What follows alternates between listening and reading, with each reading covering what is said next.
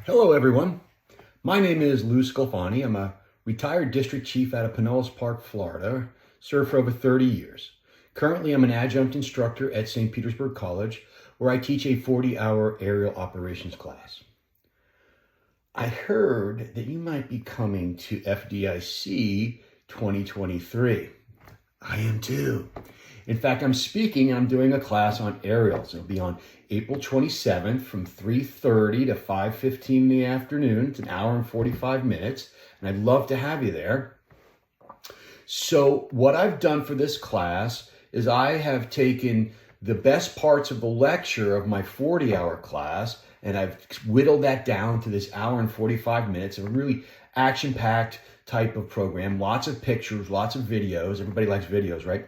And I've taken the best of those and I made it for this class.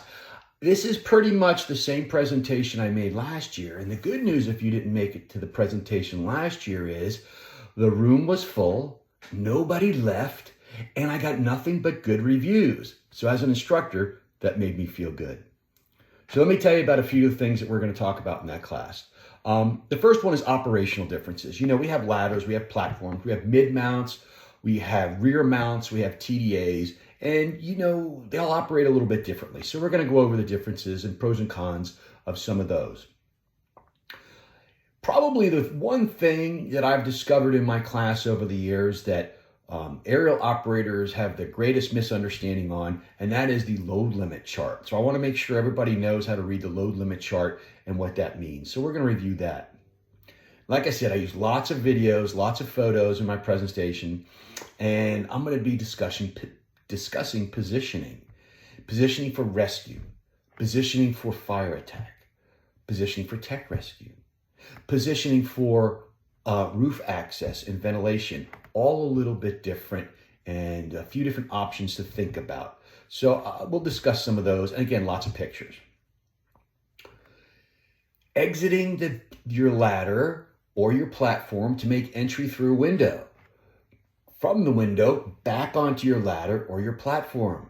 If you haven't been out in the drill ground to try that, you need to. That's not one of the things that we sit around in the fire station and just talk about. You have to get out there and do it. And I'm going to talk about and show some pictures in the presentation on some of those different techniques. I got a number of photos in regards to stabilization I like to discuss. You know, probably nothing could be scarier to an operator would be a aerial that would fall over. And it's happened not too long ago in our country. And so we're going to look at a couple of those types of events and things you should think about. And we're going to show pictures of what the extreme measures you can take to overcome stabilization, or what is the most onward looking position your truck can be in, but still be stable. We're just not used to it, so it looks odd. Towards the end of the program, we're going to look at what most people want to avoid, and that's aerial failures. Luckily, we don't have a lot of aerial failures anymore, and I'll talk about why we don't have those, but we do have some, and there's one that's the most common of all out there. And if you're in class on April 27th at 3:30 in the afternoon, you'll find out what that most common failure is. I'd like to finish up the program with a review of the different field drills and field exercises I use in my aerial class. There's 3 good ones I make sure everybody practices. I really hone the skills of an operator. And additionally, like many of the classes at FDIC, you'll have access online to handouts. And so my handout is going to be what I call the Aerial Truck Company Assessment. That is a series of 9 company drills, not necessarily for new people, but company drills that you can go out and assess the competency of your crews. It's a real eye-opener to see how long it takes, time-wise, how long it takes to achieve certain goals, certain objectives. And you know, we have some fun doing a little bit of that in my class. Certainly we can't do all of them. These are really designed for you to take home to your department and practice with those.